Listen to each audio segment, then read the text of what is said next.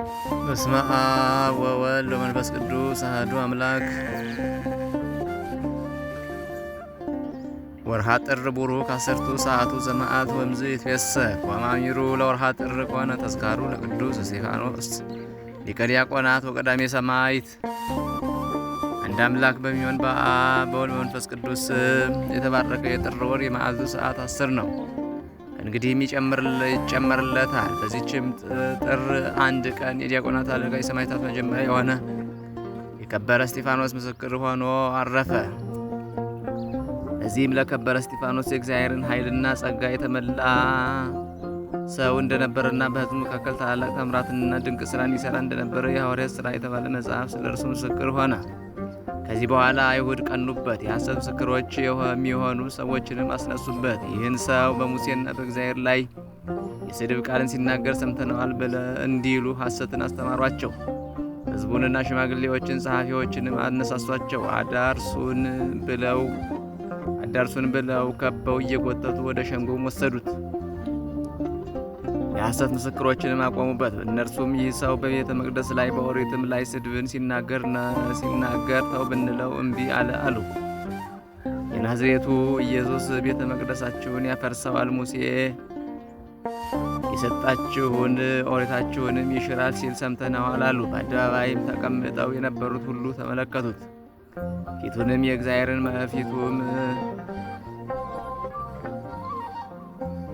የእግዚአብሔር መልአክ ፊት ሆኖ አዩት። ሊቀ ካህናቱም እውነት ነውን? እንዲህ አልክን? አለው። እርሱም እንዲህ አለ፣ ወንድሞቻችንና አባቶቻችን ስሙ።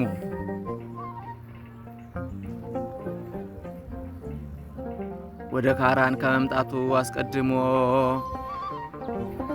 በሶርያ ወንዞች መካከል ሳለ ለአባታችን ለአብርሃም የክብር ባለቤት እግዚአብሔር ተገለጠለት። ከሀገርህ ውጣ፣ ከዘመዶችም ተለይ፣ እኔ ወደማሳይህ ሀገር ና አለው። ከዚህ በኋላ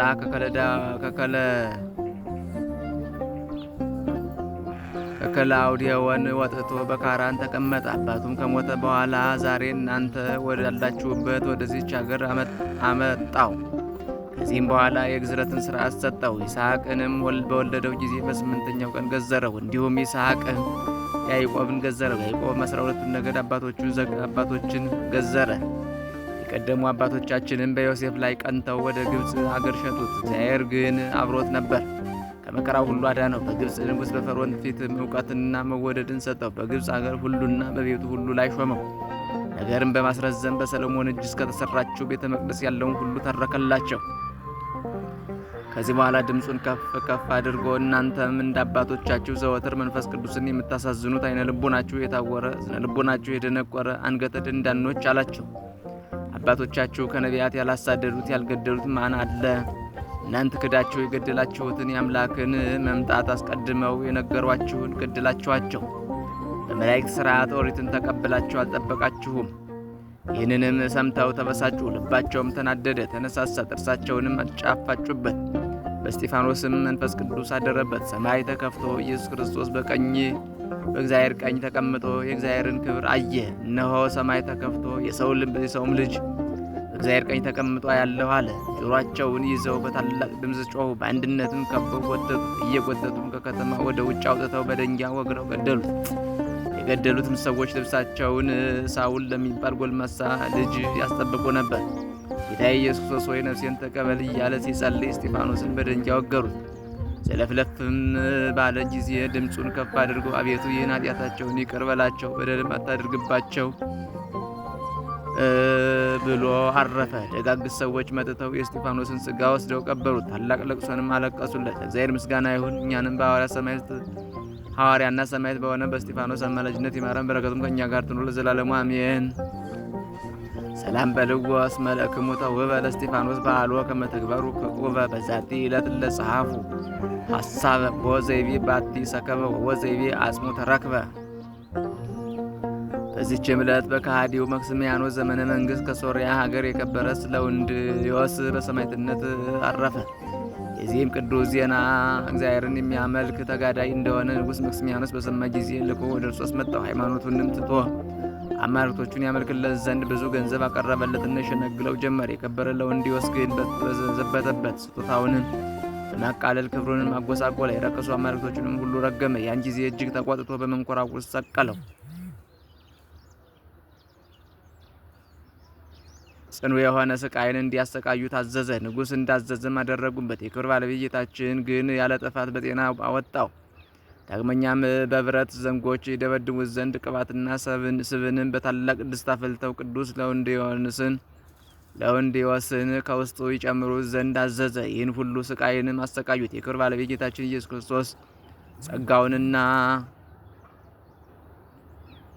ክርስቶስ ያጸናውና ያስታግሰው፣ ያለ ጉዳትም በጤና ያስነሳው ነበር። ማሰቃየቱን በደከመው ጊዜ ራሱን በሰይፍ እንዲቆርጡ አዘዘ። የሰማዕትነት አክሊልን በመንግሥተ ሰማያት ተቀበለ። ከሥጋውም ድንቆች የሆኑ ብዙዎች ታምራቶች ተገለጡ። በዜናውም በሶርያ ሀገር ሁሉ ተሰማ። አብያተ ክርስቲያናትና ገዳማት ተሰሩለት። ከገዳማቱም በአንዲቱ የአንጾኪያ ሊቀ ጳጳሳት የሆነው የከበረ ሳዊሮስ በሕፃንነቱ ተጠመቀባት። ለእግዚአብሔር ምስጋና ይሁን፣ እኛንም በዚህ አባት ጸሎት ይማረን፣ በረከቱም ከእኛ ጋር ትኑር ዘላለሙ አሜን። ሰላም ለእንዲሆስ ሰማዕተ ልደቱ ለቃል በአብተር ሐጺን ዝቡጥ ወበመንኮራኩር ቁሱል ወድህረ መተሩ ርእሶ በመጥባይት ስሁል እምኔታቲሁ ውስተ አሐቲ መርጡል። ጥምቀተ ክርስትና ተጠምቀ ሳዊሮስ ኃያል። በዚችም ቀን የእስክንድርያ ሀገር ሊቀ ጳጳሳት የከበረ አባ መቃርስ አረፈ። እርሱም ለአባቶች ሊቃነ ጳጳሳት 69ኛ ነው።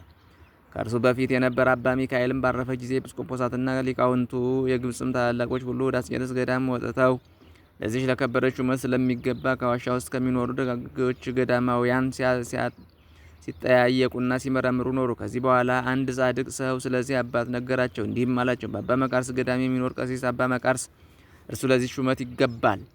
በዚያን ጊዜ ፈልገው ያዙት። እርሱም እኔ ለዚህ ስራ የማልጠቅም በደለኛ ነኝ እያለ ሲጮህ ያለ ፈቃዱ አስረው ወሰዱት። ሊቀ ጵጵስና ሾሙት እንጂ እርሱ የሚላቸውን ቃልንም አልሰሙም። ከዚህ በኋላ የሊቀ ጵጵስናውን ስራ መስራት ጀመረ። በግብፅ አገር በሁሉ ቦታ ኤጲስቆጶሳትን ካህናትን ሾመ። ብዙዎች ቤተ ክርስቲያንን አደሰ። ጊዜውም ያለ ሐዘን የጤንነትና የሰላም ጊዜ ነበር። ሹመቱም 27 ዓመት ከ41 ቀን ኖረ። እግዚአብሔርን ማገልገል በሰላም አረፈ። ለእግዚአብሔር ምስጋና ይሁን፣ እኛንም በዚህ አባት ጸሎት ይማረን፣ በረከቱም ከእኛ ጋር ትኑር ለዘላለሙ አሜን። ሰላም ለመቃርስ ሊቀ ጳጳሳት የምዎ አሐዱ ጻድቅ ከመ አቅደመ ዜነዎ ዝንቱ መምህር አስፋዎ ጉንደ ጀጋይነ ለአፍጥን ወሰረዎ እንዘ ያይጾቂሁ ይመትር ወይ መልህ ስርዎ። በዚህችም ዕለት የከበሩ የአክሚም ሰማዕታት የምስክርነታቸውን ተጋድሎ ፈጸሙ። ዜናቸውም እንዲህ ነው። አክሚም በሚባል አገር ሹም የሆነ አንድ ሰው ነበር። በወርቅ በብር ባለጸጋ ነው። ስሙም አልሲዲማሌዎስ ይባላል። ስማቸው ዲዮስቆሮስና ሰከላቬዎስ የሚባል ሁለት ልጆችን ወለደ። እነርሱም ከመጾምና ከመጸለይ ጋር እግዚአብሔርን በመፍራት አደጉ። አባታቸውም በሞተ ጊዜ ምንኩስናን ተመኙ። የእግዚአብሔርን መልአክ ተገልጦላቸው ወደ ገዳማዊው አባት ሙሴ ገዳም እንዲሄዱ አዘዛቸው። ሂደውም በዚያ መነኮሱ። ድንቆች ታምራቶችንም እያደረጉ በብዙ ተጋድሎ ኖሩ። ከጥቂት ወራትም በኋላ ዲዮስቆሮስ ቅስና ከሰሰ፣ ከላዲዮስም ዲቁና ተሾሙ። ዲዮቅልጥያኖስም የክብር ባለቤት ክርስቶስን በካደው ጊዜ ለጣዖታት የማይሰግዱ ክርስቲያኖችን ሁሉ ይገድል ዘንድ የእንዴናው ገዢ አርያኖስን አዘዘው። አርያኖስም አክሚምም ከተማ በደረሰ ጊዜ ኤጲስቆጶስን አባ ብኑድዮስን ያዘውና አስሮ ወደ ሀገር ውስጥ ገባ። የእግዚአብሔር መልአክ ሚካኤልም ለዲዮስቆሮስና ለሰከላቪዮስ ተገለጠላቸው። ወደ መኮንኑም ሄደው የምስክርነት አክሊልን እንዲቀበሉ ነገራቸው። እነርሱም ታኅሳስ 28 ቀን 24 መነኮሳት ሆነው ሄዱ። ወደ አክሚም ከተማ ሲደርሱ በመድኃኒታችን በክርስቶስ ቤተ ክርስቲያን ውስጥ የከበረ የልደትን በዓል ለማክበርና ስለ ከበረ ስሙ ይሞቱ ዘንድ የክርስቲያን ወገኖችን ከሴቶቻቸውና ከልጆቻቸው ጋር ተሰብስበው አገኟቸው። ኤጲስቆጶስ አባ ብኑድያስም ከእርሳቸው ጋር አገባ። በማግስቱም አባ ብኑድያስ ቀደሰ። አግዮስ ወደሚለው በደረሰ ጊዜ መላእክት እንዲህ ብለው በታላቅ ድምፅ አመሰገኑ። ቅዱስ ቅዱስ ቅዱስ እግዚአብሔር አሸናፊ ፍጹም የጌትነት ምስጋና በሰማይ በምድር የሞላ ነውም አሉ። ያን ጊዜ መድኃኒታችንን በመሰዊያው ታቦት ላይ ተቀምጦ መላእክትን በዙሪያው ቆመው ቁርባኑን እያነሳ በካህኑ እጅ ላይ በማድረግ የተሰበሰቡትን ሲያቆርባቸው ቅዱሳኑ አዩት። በዚያን ጊዜ መኮንኑ አርያኖስ ደረሰ። ተቆጥቶም ወደ ቤተ ክርስቲያን ገብቶ ስማቸው ብህዋፍና ኒውንን የሚባሉ ሁለት የሀገር አለቆችን ይዞ ራሳቸውን በሰይፍ ቆረጠ። ከእነርሱም በኋላ ዲያቆናትን፣ ንፍቀ ዲያቆናትን፣ መዘምራን፣ የቤተ ክርስቲያንን ሹሞችም ደማቸው ከቤተ ክርስቲያን ደጃፍ ወጥቶ 21 ክንድ ያህል እስቲ ጎርፍ ሴቶችና ልጆችንም ሳያስቀር አረዳቸው። ከዚህ በኋላ ኤጲስቆጶሱን አባ ብኑድያስን፣ ዲዮስቆሮስን፣ ሰከላቪዮስን ከእርሳቸውም ጋር ያሉ መነኮሳትን ከእርሱ ጋር ወሰዳቸው። ለጣዖትም ይሰግዱ ዘንድ ሸነገላቸው። እምቢ ባሉትም ጊዜ አጥንቶቻቸው እስከሚለያዩ ድረስ ይደበድቧቸው ዘንድ አዘዘ። የእግዚአብሔር መልአክ ቅዱስ ሚካኤልን ተገልጦላቸው አዳናቸው። የአርያኖስም የጭፍሮቹ ታላቆች ኮሪዮንና ፊልሞና ከጭፍሮቻቸውም 40 ሰዎች ይህን ድንቅ ታምር አይተው በክብር ባለቤት ጌታችን ኢየሱስ ክርስቶስ አመኑ። ወደ እሳት ማንደጃም እንዲጥሏቸው አዘዘ።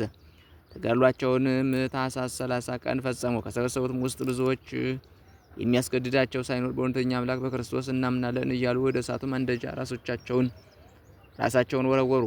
ምስክርነታቸውንም እንደዚሁ ፈጸሙ።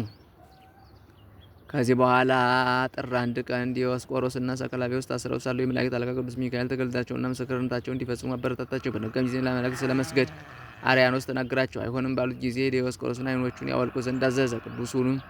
ቅዱስም የወለቁ ዓይኖቹን አንስቶ ወደ ቦታቸው መለሳቸው። መኮንኑ ምልኩስ አይቶ ከሰራዊቱ ጋር በጌታችን በኢየሱስ ስም አመነ። ወደ እሳትም ወረወራቸው። ምስክርነታቸውን ፈጸሙ። ከዚህ በኋላ የከበሩ ሰማዕታትን ይገድሏቸው ዘንድ አርያኖስ አዘዘ። ሲጸልይ የክብር ባለቤት ጌታችን ኢየሱስ ክርስቶስ ተገለጠላቸው። ስማቸውን ለሚጠራ መታሰቢያቸውን ለሚያደርግ ገድላቸውን ለሚጽፍ ከቅዱሳን አንድነት ይቆጥረው ዘንድ ቃል ኪዳን ሰጣቸው። ከዚህ በኋላ ወታደሩ ቀርቦ የቅዱስ ዲዮስቆሮስን ራስ ቆረጠ። ሰከላቪዮስንም ከወገቡ ላይ ቆረጡት። 24ቱ መነኮሳትም ከቁመታቸው ሰነጠቋቸው። በዚህች በጥር 1 ቀን ሁሉም ተቆረጡ። ከዘመዶቻቸው የሆነ ሳሙኤልም በአብ በወልድ በመንፈስ ቅዱስ ስም በከበረች ቤተክርስቲያን ውስጥ ቀበራቸው።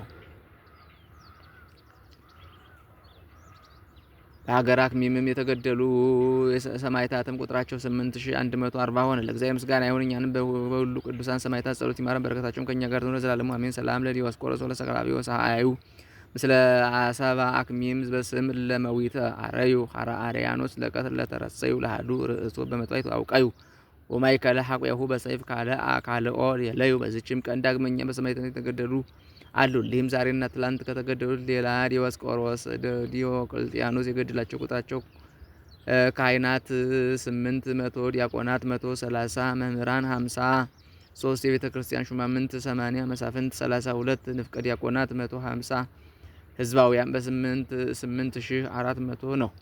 በረከታቸው ከእኛ ጋር ትኑር ለዘላለሙ አሜን።